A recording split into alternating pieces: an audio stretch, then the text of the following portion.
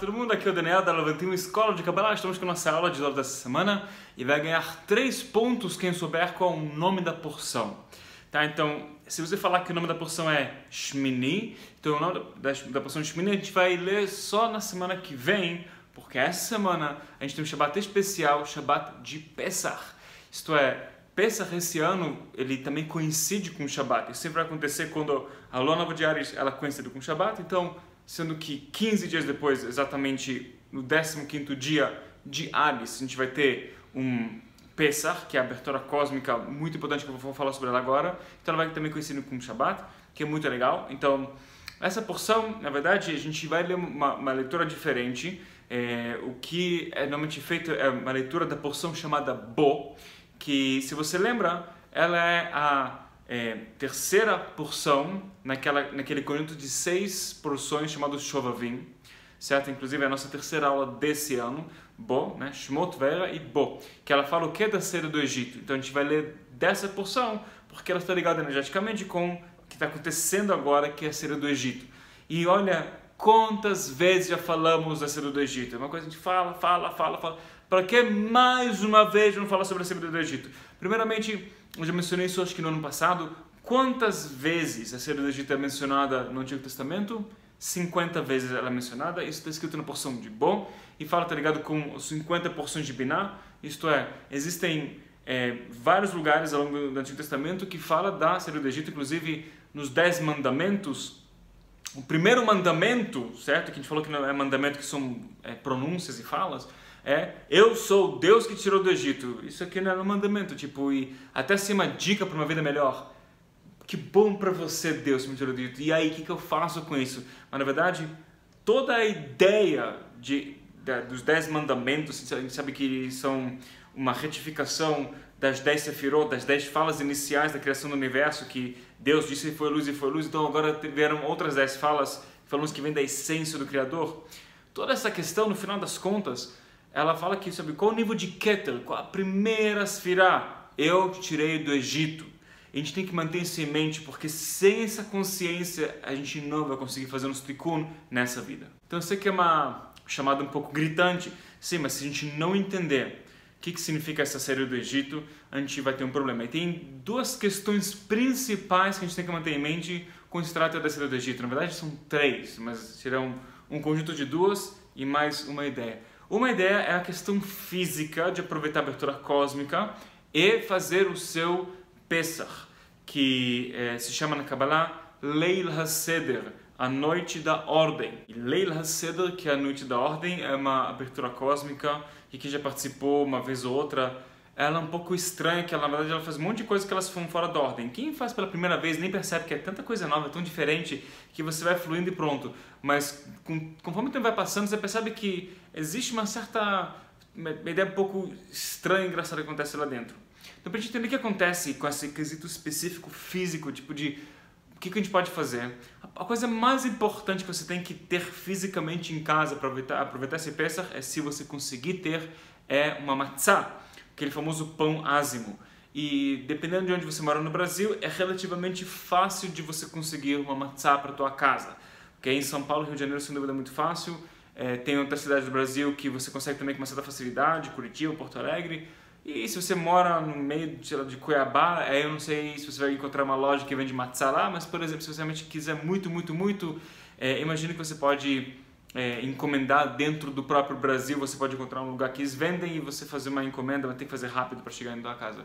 Mas assim, isso é uma coisa muito, muito específica. Isto é, se você até agora nunca ouviu falar de matzah na sua vida, eu não ficaria preocupado se fosse você, tá? Isto é, quem já conhece a questão de Seder e Matzah e tal, já estuda Kabbalah há um certo tempo, e depois de 1, 2, 3 anos, de repente decide que vai fazer essa conexão espiritual, e já falou de Matzah, e já comprou uma vez Matzah na vida dele, já comeu, então, no final das contas é um pão ázimo, mas a ideia desse pão ázimo é que ele não tem fermento, certo? Que a gente fala que fermento representa o nosso ego, a expansão do fermento. Você coloca ele lá no forno, no pão, ele expande. Quanto mais você dá para ele esse fogo, certo? Que fogo representa também raiva, orgulho, todas essas questões que elas são as mais negativas.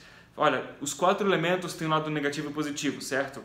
Tem um lado negativo e positivo de cada um dos 4 elementos. Você fala que o lado negativo do fogo, ele é o mais extremo.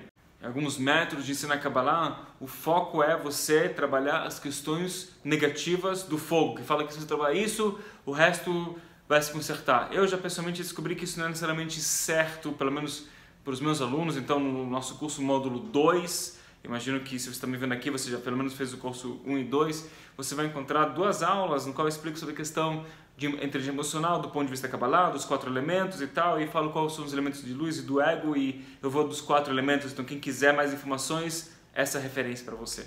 Agora, o que a gente então tem que entender sobre esse, por que é tão difícil o ego negativo, o lado negativo do elemento fogo? Que realmente o fogo fala que quando a pessoa tem muito orgulho, ele pode dar acesso que as negatividades elas entrem para além das 7 sefirot inferiores. Isto é, as klipot, elas têm, o braço delas pode chegar até Hesed, certo? Você conhece as 10 sefirot, imagino eu. E quando a gente tem orgulho, se fala que você pode dar acesso para as klipot, receber energia direto da fonte da vida que é Binah. Então realmente não é bom ter muito orgulho na vida. E tem uma diferença entre orgulho de me sentir bem que eu conquistei algo na minha vida, isso não é ruim, ok? Não é esse ego que a gente está falando. O orgulho que a gente está falando é a arrogância de achar que você é melhor do que os outros. E de novo, às vezes sentimos um pouco de arrogância, às vezes sentimos um pouco de ciúmes e inveja. A gente fica feliz que a gente conseguiu conquistar algo e superar uma coisa que uma pessoa não conseguiu, ou vencer alguém numa concorrência. Isso está tudo bem. A pergunta é se o seu propósito de vida é realmente provar para alguém que você é melhor do que aquela pessoa, ou provar para o mundo que você é melhor do que outras pessoas, aí você tem um problema grave. E se você tem um problema grave, a gente pode encontrar a solução, não tem que ficar preocupado. Essa é uma questão de realmente entender, olha, tem um problema, vamos resolver. Então, se você coloca essa energia de fogo no fermento, ele cresce, expande. O pão ázimo, que é a matzá, ela já não tem o fermento, então ela tem farinha, ela tem água, mas ela não vai ter essa ideia de expansão. Então, inclusive é um pão que ele parece um crema cracker praticamente, certo? Tipo, é bem achatado assim. E eu pessoalmente amo comer matzá, que é péssimo porque não é muito bom para a saúde esse negócio, mas fala que na noite de Pesach é bom comer quanto mais matzá, nas 25 horas de Pesach, 24 horas de Pesach, e também durante uma semana inteira. Pensa na abertura cósmica que o pico dela é a primeira noite, mas ela se estende para depois mais 6 noites e dias. No total, 7 noites e dias, que a 7ª noite e o 7º dia representam a abertura do Mar Vermelho, certo? É toda a questão que vem depois da porção de Bo, vem Beshalach. Então já tem uma aula de hoje sobre isso. E já vou falar para você que esse ano a abertura do Mar Vermelho ela vai acontecer de quinta-feira à noite para sexta, certo? Então você já pode, de repente, estudar uma aula de Beshalach, pode pegar a porção de Beshalach desse ano, do ano anterior, e qualquer matéria que você tem sobre Beshalach, estudar quinta-feira à noite até sexta-feira à noite, para poder aproveitar essa energia da abertura cósmica, ok? Mas só para ficar bem claro, isto vai ser a quinta à noite para sexta, não dessa semana, tá? Da próxima. Para ficar bem claro, que a gente primeiro vai ter o Pesach essa semana, esse final de semana que está vendo agora, esse Shabbat, essa sexta-feira à noite até sábado à noite, é Pesach. E aí, quinta para sexta à noite da semana depois, que a gente conecta com a energia da abertura do Mar Vermelho, etc. Tá? Ok. Então, vamos ver um pouco de Zohar e vamos entender um pouco o que a Zohar tem que falar para a gente sobre essa questão de matzá e questões espirituais, que vamos chegar a um entendimento muito importante sobre a saída do Egito. O que você vai fazer de novo esse ano, para quem faz Kabbalah há 20 anos, de novo você do meu Egito, que a gente explicou em várias aulas anteriores, que é um código para a gente sair das nossas limitações, da escravidão, do nosso ego, etc. Tá bom? Então vou pegar aqui o nosso livro do Zohar eletrônico que eu tenho aqui. Vou ler para vocês da porção de Bo, verso 120. Ele fala o seguinte: רוח צנותה דילין דרגין שריב ומצרי די בהון עבדו כשאר ישראל אלא כל מיני ולתיון להלמין ובהי התחזי גבורתה ושלטנותה דקודשה בריחוד ודוחה נדע לה ישתצן ישראל לדרי דרין דאי לה הווה חילה וגבורתה דקודשה בריחוד כל מלכי אלמין אמין וכל חרשין אלמין וחכמין אלמין לא יפקון ישראל מן עבדתה דשרה כתרין דלהון ותבר כל ינון כתרין בגין לפקלון על דה כתיב ומי לא ירעך מלך הגויים כי לך יעתה כי בכל חכמי הגויים בכל מלכותם ממאן כמוך.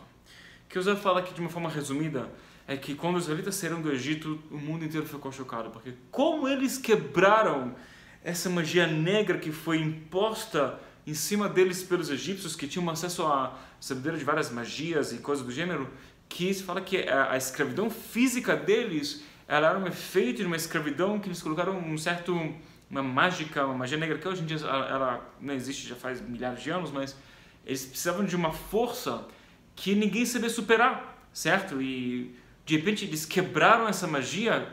Um povo de escravos, depois de décadas e décadas de escravidão, como eles fizeram isso? Eles sem dúvida têm acesso a uma força maior, que foi acesso à primeira Sefirah, Keter, que a luz, a própria luz do Criador, não foi um anjo, foi a própria luz que tirou eles lá do Egito. Isso é uma coisa que a gente tem que manter em mente. O seu relacionamento com essa coisa chamada luz. É bom você pedir ajuda do seu anjo da guarda, é bom você ter talvez para quem gosta de um espírito, uma alma elevada, do seu avô, bisavô, sei lá, um mestre de Kabbalah que você gostaria de chamar da sua ajuda, isso funciona. Mas, no fundo, o mais importante é o seu relacionamento com a luz, a sobriedade de chamar a luz e não ter vergonha e medo de luz, venha para mim. Para algumas pessoas é muito óbvio, mas para algumas outras pessoas isso é bem difícil. Agora, vou ler do verso 7, ele fala o seguinte, e a gente medita de novo com essa leitura do Zohar, trazer essa energia para nossas vidas. ואחד השתכחו עבודים דישראל כדקאי אות כביכול אינון ממנן שליחן כד בן לקיימה על אינון עבודין דישראל על השם ודאי דקיימין דהכד ישראל עבדין עובדין דלה קשרן כביכול מתישין חילה דקודשא בריך הוא וכד עבדין עובדין קשרן יהבין תוקו וחילה דקודשא בריך הוא ועל דכתיב תנו עוז לאלוקים במה בעובדין דקשרן ועל דה בהו יומה כולו רברבן ממנן התכנסו על השם ודאי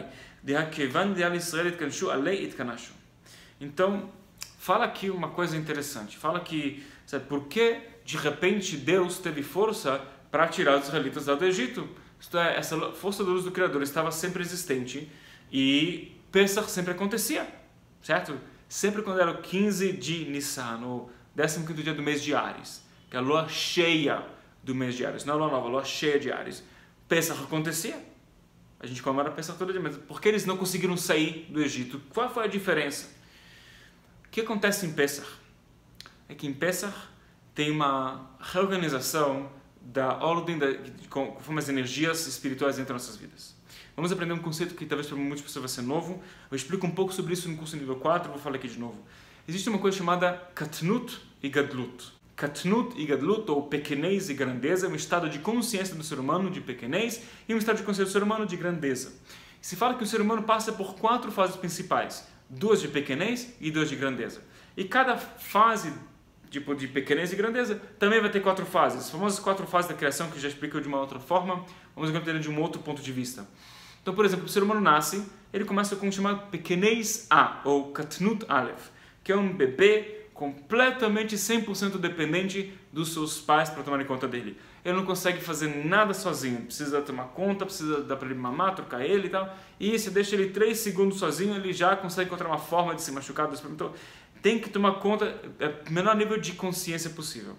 Depois, o ser humano vai avançando para o que chama pequenez B, ou Katnut Bet, que é como se fosse uma criança, na verdade uma adolescente, né? O processo da adolescência. Desde a pré-adolescência até a sua adolescência. É um momento que já não é um bebê, já tem um certo nível de independência qualquer. Claramente está longe de poder, talvez, ter um nível de sucesso mirabolante na sua vida como ser humano. Ainda tem que se fortalecer em vários quesitos mentais, espirituais, emocionais, físicos, tem que aprender um monte de coisa. Mas já está num outro nível, isto é, já tem uma certa independência, você pode confiar mais, pode ensinar mais, a troca é maior. Agora, quando termina esse processo, você vai para Gadlut Aleph, ou Grandeza A, que quando você já vira um adulto, oficialmente somos adultos, lá pelos 18, de acordo com Kabbalah, a gente vira adulto com uns 20 anos de idade, esse é o momento de Grandeza A, que a gente entra dentro do nosso ser, um nível de Neshama, um nível da alma mais elevado que a gente pode ter, e aí o que acontece? Agora você pode, supostamente, tomar conta da sua vida, ser independente, trabalhar, etc. Que é equivalente ao que acontece na vida das pessoas lá pelos 17, 18 anos de idade. As pessoas vão estudar, lá com os 21, 22, são formados e começam a trabalhar. Então, é mais ou menos esse período. Então, você está num momento de grandeza que você pode realmente tomar conta da sua vida, sem depender dos demais, mas é o início. Então, o que a gente sabe da nossa vida, né? Como se diz, a juventude é desperdiçada nos jovens, não é isso? Então, a maioria de nós que já passaram-se uns sei lá, 20, 30, 40 anos desde que a gente se formou na universidade, a gente fala, nossa, se eu tivesse esse pico de energia que eu tinha antes, eu talvez usaria de uma outra forma, de qualquer forma. O que a gente tem que manter em mente é que estamos em um momento de gadlut, que é um estado de grandeza, de já com 20 e poucos anos, a pessoa já pode tomar conta da sua vida, supostamente, pode já casar, pode já ter seus próprios filhos. Nem todo mundo talvez quer ter, talvez nem todo mundo deveria ter, mas que é possível, é possível. E lá pelos mais ou menos 35 para 40 anos, de acordo com o Kabbalah, é 40 anos, do ponto de vista da psicologia já uns 35, no momento lá da crise da Idade Média, a gente entra no que se chama Gadlut Bet, ou grandeza B, que é o resto das nossas vidas, nos quais a gente realmente entendeu algo sobre o nosso ser, sobre nosso desenvolvimento, e supostamente a gente já finalmente entramos no momento de desenvolvimento espiritual, que a gente sabe como manter essa inércia. Você talvez, espero, já está casado com sua própria família ou nessa direção, ou está conseguindo conquistar uma missão de vida sua, ou pelo menos está nessa direção, e é um momento que a gente pode realmente influenciar muito mais pessoas de forma positiva. Agora, cada uma dessas fases também tem 4 fases, porque a infância inicial de Katnut Aleph, da pequenez A, tem o início do início, que é o bebê é completamente sem noção e 100% dependente, não consegue falar, não consegue nem controlar o seu próprio corpo, nem sabe como fazer número 1 e número 2 sozinho. De vez em quando tem bebês que tem que aprender como fazer o número 2, porque aperta errado as coisinhas na barriguinha dele. Meu filho, por exemplo, tinha essa questão. Então, é muito assim, não consegue fazer nada sozinho. Agora, lá pelos mais ou menos 3 a 5 anos de idade, entra na pequenez B do pequenez A. Então, tipo, dentro lá dessa primeira fase inicial de pequenez A, então temos 4 fases. Então, que já entre 3 a 5 anos de idade, dependendo de cada criança de desenvolvimento, já consegue comunicar melhor, já tem um nível de independência um pouquinho maior, já consegue, por exemplo, talvez se vestir, fazer algumas escolhas, consegue falar o que precisa, o que gosta, o que não gosta, tem um outro nível. Aí depois entra no estado de grandeza A da infância, que é o estado lá pelos 8 anos de idade mais ou menos, até aos seus 10 por aí. E depois tem a grandeza B da pequenez A, tá conseguindo me acompanhar? Que é a pré-adolescência dos 10 até mais ou menos 12, 13 anos de idade, no qual ele termina essa fase de pequenez e aí entra na próxima fase. Então, sempre tem fases dentro de fases dentro de fases. O que eu quero falar aqui para você é que em Pesach, para a gente poder sair do nosso Egito, o que acontece é que sempre vem a energia numa ordem um pouco inversa, e a primeira energia que vem, que é o primeiro momento que a gente vai fazer em Pesach, é Gadlut Bet. Isto é, a grandeza B entra com toda a sua força, porque quando a gente vai desenvolvendo pouco a pouco, as nossas clipot e negatividade vão crescendo com a gente. E quando tem o momento de você correr um pouquinho mais rápido, de repente você consegue deixar para trás uma clipar sua, uma negatividade que você desenvolveu, mas daqui a pouco essa negatividade vem contigo. E querendo ou não, a gente tem que saber como ter momentos de um sprint, de quebrar a negatividade, e depois de repouso, para poder me reconstruir as minhas forças e assegurar que eu estou lidando certo com a energia. Depois, sabe, o famoso treinamento de intervalos. Você dá uma corrida de 30 segundos ao máximo, aí você corre 1 minuto mais devagarzinho. Depois, 30 segundos ao máximo, um sprint. É considerado um dos melhores treinamentos que tem para o cardiovascular, pelo menos que a gente sabe hoje. Quem sabe daqui a uma semana eu vou falar que é a pior coisa do mundo e tem coisa melhor. Mas do ponto de vista espiritual, encaixa, então eu vou dar esse exemplo. Eu já fiz isso muito tempo na minha vida e funciona para mim muito bem. Então, quando a gente trata assim dessa energia de detonar, quando vem tanta energia, ela detona as clipot, as negatividades, e aí a gente tem um fôlego de, ok, eu posso sair desse Egito? E o que acontece é que depois vem 49 dias, chamado período do Omer, que são 49 dias ou 7 semanas, nas quais a gente vai reconstruindo devagarzinho, pouco a pouco, passo a passo, as nossas sefirot dentro da gente, porque com esse choque de energia, sabe, pelo menos que é incrível, é libertador, muitas negatividades se queimam, isso traz um pouco de pão da vergonha. A gente depois tem que fazer o nosso processo, e por isso que depois, logo depois de Pesach, é um período de 49 dias que não é muito legal, certo? O que não é muito legal? Cada um tem o seu processo, mas fica muito mais na cara, você sente que tem um espelho na tua cara, pelo menos a primeira semana, sem dúvida, é mais intensa, e normalmente a última semana. Parece que tem um espelho na tua frente e você não pode fugir e está muito claro todos os seus erros e coisas que você ainda não corrigiu. Legal. Então, todo Pessach vem essa energia de grandeza B, tatam, veio assim como se fosse um raio, e os israelitas se mantiveram escravos. Até que, uns 83 anos depois, eles saíram do Egito. O que aconteceu? Claramente aconteceu uma coisa muito importante dentro deles. Eu vou compartilhar uma coisa contigo. Nos últimos e-mails eu mandando, inclusive se você não está inscrito no nosso mailing por uma razão qualquer, eu super recomendo, você entra no nosso site, elo91.com.br e você se inscreve lá, porque lá eu mando muito mais informações e coisas, insights. E nos últimos e-mails eu mencionei que eu estou planejando uma ideia de uma formação de coaching cabalístico, coaching espiritual da Elo91, de realmente capacitar você como um coach ou como um instrutor espiritual, mentor espiritual, que se você quiser pode ser life coaching, pode ser focado na área de relacionamentos, na área de negócios, na área de espiritualidade claramente, na área de saúde, está tudo que eu sei, quero compartilhar contigo. E uma das coisas que a gente aprende lá, por que eu estou falando isso? Porque uma das coisas que a gente aprende lá é que no fundo, o que você precisa na vida para ter um sucesso, pense uma área da tua vida que para você seria entre aspas ou não, a libertação da sua escravidão, do seu ego, que seria para você realmente um grande êxito. Pense uma área da tua vida, pode ser a área de relacionamentos, a área profissional financeira, a área de saúde, a área espiritual, cada um com as suas questões. E pense o que significa para você. E no fundo, o que você precisa para ter esse grande êxito, esse grande êxodo e grande êxito, no fundo o que a gente precisa é de uma grande boa ideia. Não precisa de 1000 coisas. No final das contas, o que você precisa, eu e você precisamos de, como se fala em inglês, one great idea.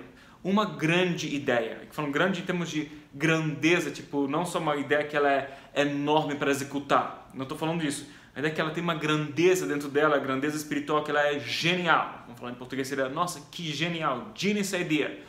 Que ela veio um estalo dentro de você, certo? Então nós temos esse momento em ter um estalo de, nossa, tem uma ideia aí.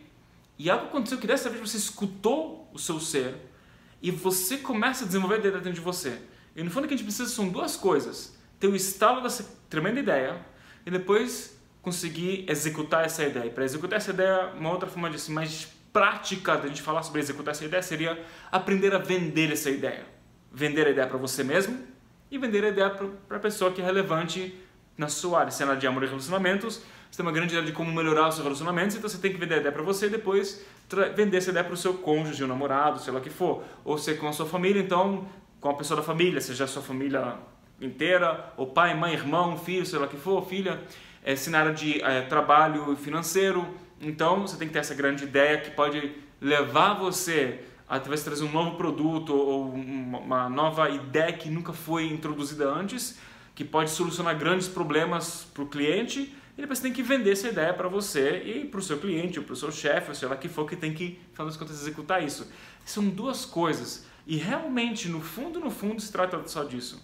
Se você realmente quer ter uma grande saída da sua escravidão, como a gente fala isso na Kabbalah, de estar no mesmo lugar e que eu tento mudar e não consigo, eu vou e não consigo. O que a gente precisa é só isso.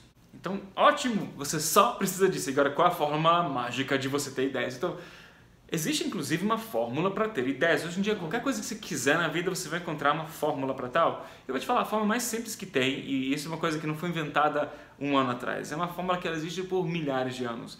Estudar mais. Quanto mais você estuda o que é relevante para a área que você quer evoluir, você vai ter mais ideias. No final das contas, você não tem que ter uma ideia que era tão original.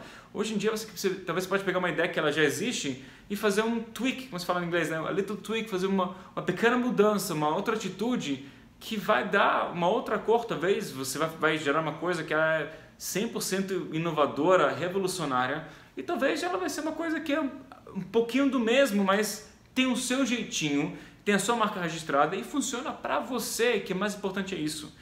Mas a gente precisa aprender a trazer mais ideias. Olha, todos nós temos um senso de quem nós somos, certo? A gente explica isso, que se você quer evoluir, todo o meu processo que eu faço coaching com pessoas, que elas... O primeiro grande erro que acontece na questão de coaching é que pessoas acham que elas querem mudar as suas vidas. E se você quer mudar a sua vida, você pode já desligar esse vídeo e não continuar me vendo, porque A vida não tem nada a ver com mudanças. Mudanças, claramente, elas têm que acontecer, elas acontecem. A gente envelhece, isso é mudança. Mudanças, elas acontecem nessas vidas. O que a gente tem que querer é crescimento e evolução.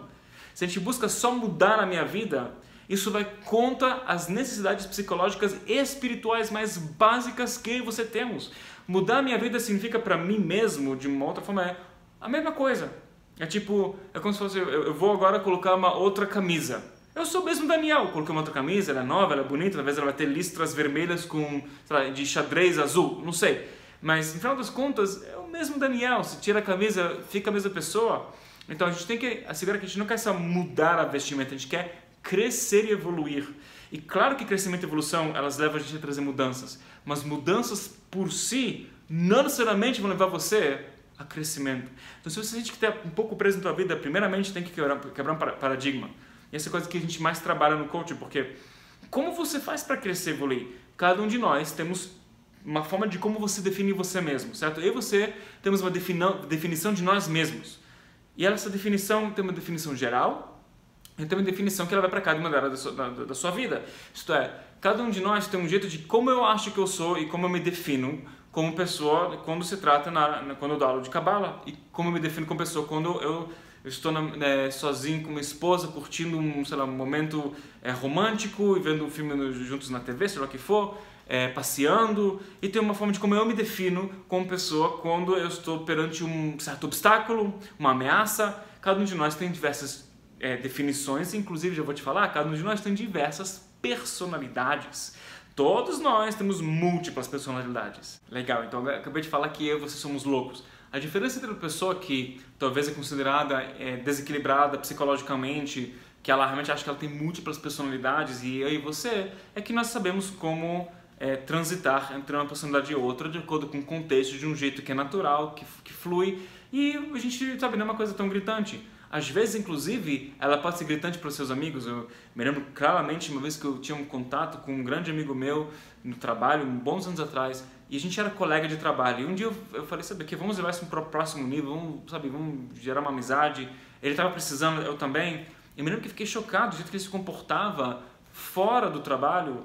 Era tão diferente que eu comecei a pensar, esse cara é doido. Mas depois eu aprendi sobre essa questão, é que realmente o jeito de como ele se definia nas duas áreas diferentes, quando é só social e quando é trabalho, era tão discrepante, ele não percebia isso, certo? Mas para mim, que eu só conheci essa área da vida dele por quase um ano, de repente uma outra coisa assim. Então, todos nós temos essas variações. E a coisa mais difícil do mundo, um dos poderes mais poderosos que tem no mundo, é o jeito de como você se define. E se você quer ir contra a sua definição própria, isto é, a pessoa pensa, eu tenho que mudar a minha vida. Você fala para você mesmo, eu tenho que mudar a minha vida, você está falando, eu tenho que agora ir contra a minha definição própria. E seu subconsciente quase sempre não vai deixar você fazer isso. Eu estou falando uma mentira? Aconteceu para você que você tentou fazer uma mudança na sua vida e você não conseguiu, entrou num loop infinito de ter o mesmo tipo de relacionamentos, mesmo tipo de trabalho, mesmo tipo de clientes, mesmo tipo de chefes. Talvez o seu cargo talvez mudou, talvez você ganhe um pouco mais de dinheiro, mas você sente estar preso, sabe? A vida está te sufocando. Por quê? Porque o jeito que eu defino minha vida, de quem eu sou, é a mesma. Então eu vou ter para mim o mesmo tipo de pessoas. E você vê isso como? Você tem o mesmo tipo de reclamações, mesmo tipo de expectativas e mesmo tipo de decepções. E pessoas também têm as mesmas reclamações, expectativas e decepções contigo, etc, etc. Então, o primeiro passo é entender, em vez de falar vou mudar, que você está indo contra você mesmo, fale eu quero crescer. E quando você fala eu quero crescer, isso sempre vai ter congruência com o seu ser. Porque todo mundo quer crescer, todo mundo quer ser melhor de uma forma ou outra. Então, quando você fala eu quero crescer, eu quero evoluir, você pega o que já funciona e faz ele melhor, e o seu subconsciente já ajuda você a dar esse próximo passo. Legal. Então, agora, qual é o próximo passo? O próximo passo você tem que entender que só de você querer crescer não é o bastante. Você pode ter crescimentos de 10%, 20% por ano, sendo de salário, sendo de emagrecimento, por exemplo. Você emagrecer mais ou menos uns 10% do seu peso atual, dependendo do seu peso, dentro de um ano, certo? Então, é uma coisa que o corpo tolera, mas se você não entende qual é o grande segredo do salto quântico, na hora que você tiver o momento de ter esse salto quântico, vem uma oportunidade bater na tua porta e você pode saltar de um patamar para um bem melhor. Se você não trabalhar isso, você vai estragar a tua realidade, é a famosa autossabotagem. É aquela grande questão de pessoas que ganham na loteria, que durante uma década rezavam para ganhar na loteria, que ficavam visualizando aquilo, fazendo todo aquele exercício do segredo de visualização e tal, ganham na loteria. O que acontece? Aqui no Brasil, mais de 90% depois de 2, 3 anos, não só que queimaram todo o dinheiro, eles normalmente estão em dívidas e muitas pessoas até cometem suicídio, eles entram em um estado muito ruim de depressão, muitas coisas ruins. Por quê? Porque ele está tão diferente de como ele se define, pelo mais que é uma coisa maravilhosa, mas uma das maiores forças do mundo é como se define, está indo contra essa força, não vai dar certo.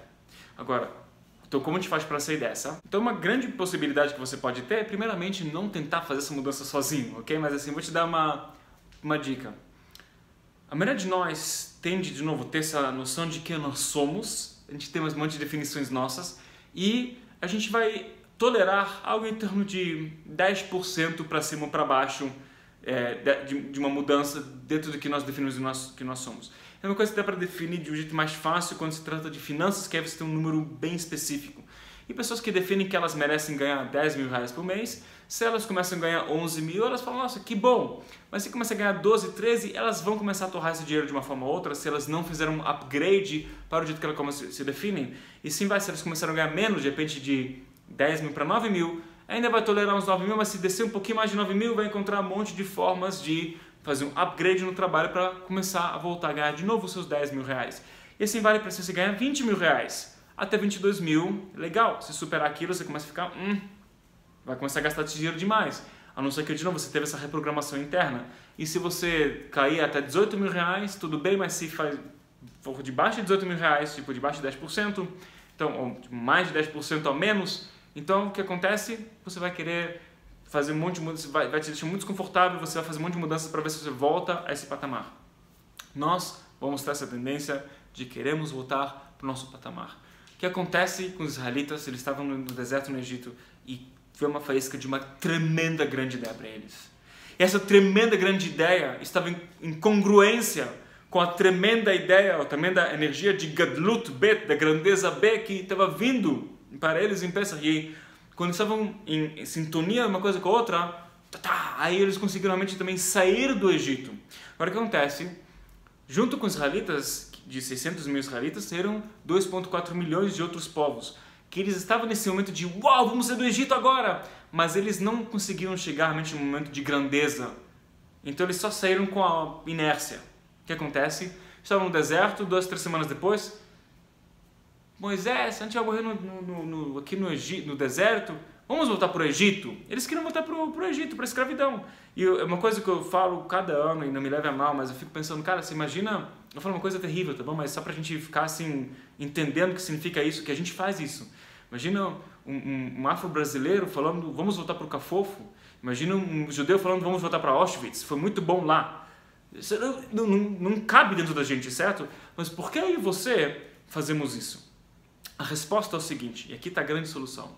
Como falava o famoso filósofo Zygmunt Bauman, que a felicidade do ser humano ela depende de 2 aspectos que eles são contraditores. Inclusive a gente fala sobre isso no workshop Vida Interrupta, a gente fala sobre as 6 necessidades psicológicas básicas, eu falo sobre isso em vários cursos de diversas formas, então você deve conhecer o conceito. O que o Zygmunt Bauman fala de uma forma diferente, certo? Aliás, toda a ideia das 6 necessidades psicológicas básicas do ser humano, a primeira dupla são 3 duplas, certo? E cada dupla é uma dupla meio que contraditória e paradoxal. A primeira dupla que a gente ensina isso nas necessidades, que é a necessidade da certeza e a necessidade da variedade, ou da incerteza. Então, a certeza e a incerteza juntos. Isso nasceu, de uma certa forma, parte grande disso nasceu do trabalho do Zygmunt Bauman, que fala para o ser humano, para ser feliz, ele precisa de liberdade e de segurança. Ou que seria certeza e incerteza. É uma outra forma de falar. Mas vamos falar agora sobre liberdade e segurança, porque tem muito a ver com se libertar do seu próprio Egito. Como você faz para ter essa liberdade e segurança? Isto é, entende? Quando pessoas elas se sentem sufocadas no relacionamento e começam a pensar, nossa, quando era solteiro era bem melhor. A gente começa a ter saudades do quê? Da liberdade que a gente tinha. Mas se você for lembrar quando você era solteiro ou solteira, pelo mais que era super feliz a sua vida, algo dentro de você pensou, não seria bacana eu ter talvez mais segurança? Que é formar uma família, liberdade, segurança que alguém me ama, que eu tenho com o que contar, que, sabe, eu tenho com o que compartilhar e eu tenho a amar alguém. É bom ter essa segurança. Mas quando a gente vai tendo mais segurança, o que acontece? A gente começa a sentir falta da liberdade. A gente tem muita liberdade, a gente começa a sentir falta do quê? Da segurança. Você sai do Egito, então tá, agora não estamos mais no Egito, ninguém tá lá nos forçando, mas agora, e aí, de onde vai ver comida? Lá eles trabalhavam e a comida ela chegava e pronto. Eles tinham que comer para poder produzir, era do interesse dos egípcios. Agora tem que, de onde vai ver a comida? Dos céus, a famosa maná, a comida mágica que veio dos céus. Então, quanto mais você tem liberdade, quanto mais vai faltar segurança, quanto mais você tem segurança, vai faltar liberdade. Então, quando você encontra esse lugar que é exatamente o equilíbrio do meio, aquela corda bamba, quem conhece o maluco que colocou uma corda bamba nas Torres Gêmeas e foi atravessar as Torres Gêmeas na corda bamba, não sei, sem nenhuma segurança, né? O cara é doido, de qualquer forma. Como você entra nessa corda bamba assim e você está exatamente no eixo, você não está nem para cá nem para lá e você anda reto sem nenhum problema. Quando a pessoa realmente desenvolve a sua espiritualidade, supostamente ele está nesse eixo constantemente, da certeza em certeza, da liberdade com a segurança. Isso é uma coisa que tem que manter em mente. Se a gente não consegue ter esses saltos quânticos, é porque no fundo nós sentimos o quê? Inseguros. Porque você vai num nível de liberdade muito grande, ou talvez o salto quântico para você significa que você tem que você vai conseguir ter muita segurança, mas você vai sufocar a sua liberdade. Talvez você não entenda isso conscientemente, mas algo dentro da gente sente assim. Para a maioria das pessoas, um próximo passo exige mais liberdade, exige que ele tenha mais autonomia, que seja mais o co-criador, a co-criadora da sua realidade. Portanto, para a maioria das pessoas, o senso é falta de segurança, um certo medo. Mas também pode ser que no teu caso é o contrário, que você vai talvez se comprometer, vai casar com uma pessoa, finalmente vamos casar e, nossa, que bom, temos essa segurança, estamos juntos, mas você começa a sentir a falta de liberdade. E se de repente eu quiser falar com outras pessoas, e se não der certo, e se, certo? Então, o que o Zohar tem para falar para a gente? Eu quero ler aqui um pedaço do Zohar específico sobre a matzah. E quero falar sobre a matzah e desenvolver uma outra ideia e vamos terminar nossa aula aqui. Fala o seguinte, 185. Kavzain Pikuda Batarda לאכול מצה בפסח בגין דיוד דוכרנה לדרי דרין על רזד בממנותה והוקמו עד ישראל נפקו בהוא זמנן מרזד את העבן אחרן ועלו ברזד בממנותה והוקמו הרזד דנה בחמה דוכתי. Então fala sobre o poder da matzá, que a matzá é considerado michla de mehemnuta. O Zohar fala que matzá é a comida da certeza, que você come a matzá, esse crema cracker cabalístico, e você ganha mais certeza. Você come aquilo, sabe, como se o Popeye, ele comeu o seu espinafre, né, e aliás, eu não acho que é espinafre, eu acho que tinha outra coisa lá dentro, um pozinho branco, isso que eu acho que é meio estranho que aconteceu lá com esse Popeye. De qualquer forma, nada a ver com Kabbalah. O que acontece? Então, claro que você não come a matzá e você de repente fica assim, eu tenho a força, eu sinto agora a certeza. Não é exatamente dessa forma, mas existe sim uma certa questão de evitar comer comidas que têm fermento a semana inteira e pelo menos as primeiras 25 horas, não comer pão, não comer macarrão, bolo. Aí fala, nossa, vou virar glúten free amanhã de manhã, certo? Tipo, não dá para comer nada. E vou te falar que é interessante quanto que é difícil para muitas pessoas ficar uma semana assim. A gente não sente quanto que faz falta até a gente parar de comer. Mas não só isso, também questão de é bom comer matzá. E se fala, a Torá fala especificamente, Bemakom kadosh tochelu.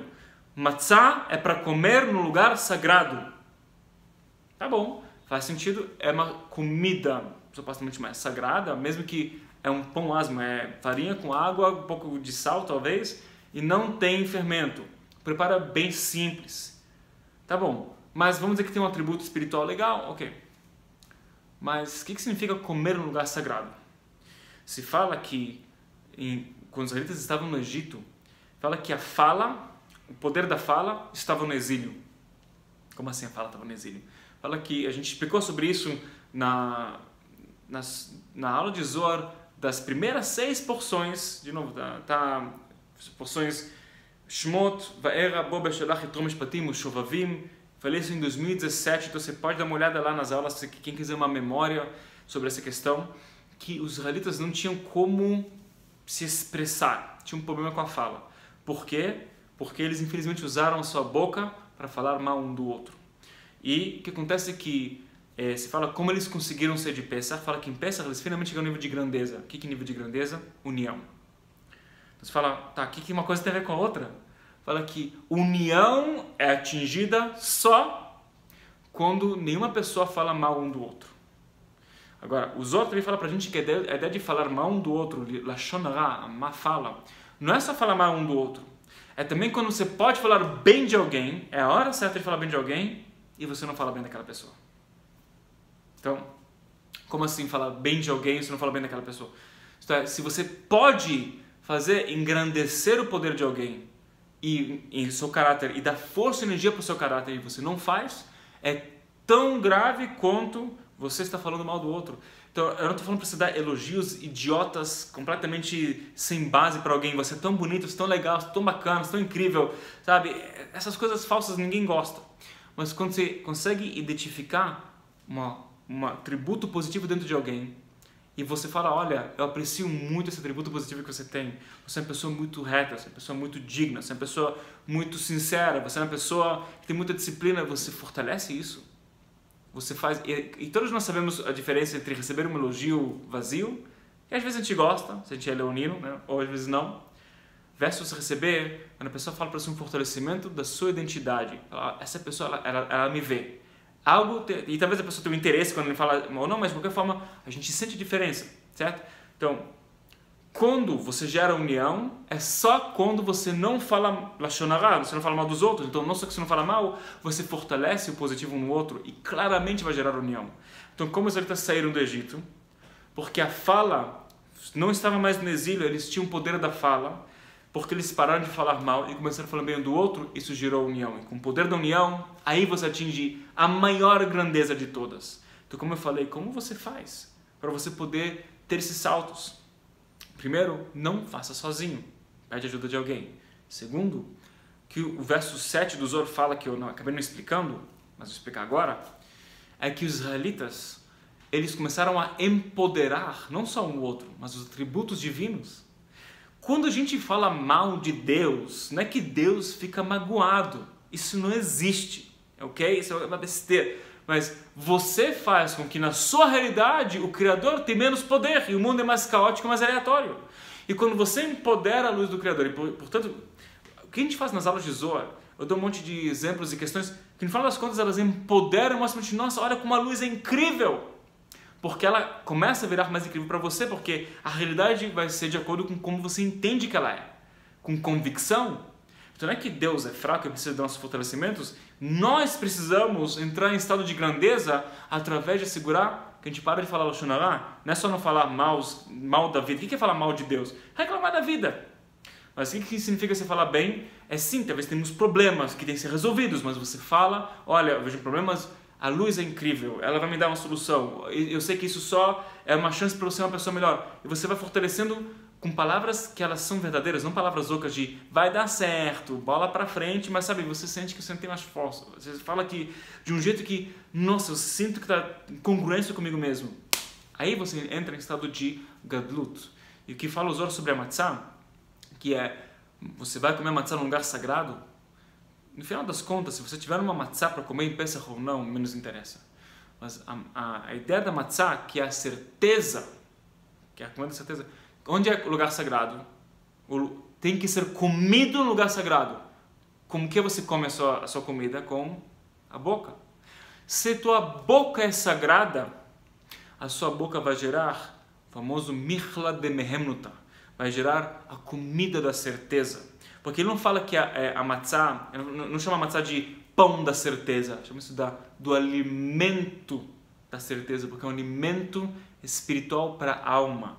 Você quer alimentar a sua alma, assegure-se que você santifica a sua boca, através do que a gente falou, de não falar lashon hara e falar bem do que é necessário. E você vai, não acredita em mim, através desse processo você começa a perceber que você fortalece os demais ao teu redor, você vai se fortalecer. E se você está mais fortalecido, você está num nível de grandeza, você pode ter saltos quânticos, porque você não precisa mais estar lutando contra a sua identidade, que parte dela temos uma noção positiva e uma noção negativa da nossa identidade. Você vai se definir como melhor e melhor e melhor, então você vai naturalmente gravitacionar para aquela realidade. Faz sentido para você? Espero que sim. Então espero que esse áudio te inspirou. E eu já vou falar para você, em breve a gente vai ter mais informações sobre toda essa questão de coaching, para quem quiser, de formação de coaching e tal. Eu falo isso porque eu preparei umas aulas bem interessantes, então quem gosta da questão de crescimento, evolução, de jeito mais individual, eu preparei umas 3 aulas gratuitas, aliás, 4 aulas gratuitas nesse tema, então prepare-se porque em breve está chegando uma coisa bem bacana para você, ok? Muito obrigado, um Pesach incrível para você, maravilhoso, eu vejo você na próxima aula e até então, como sempre, tudo de bom.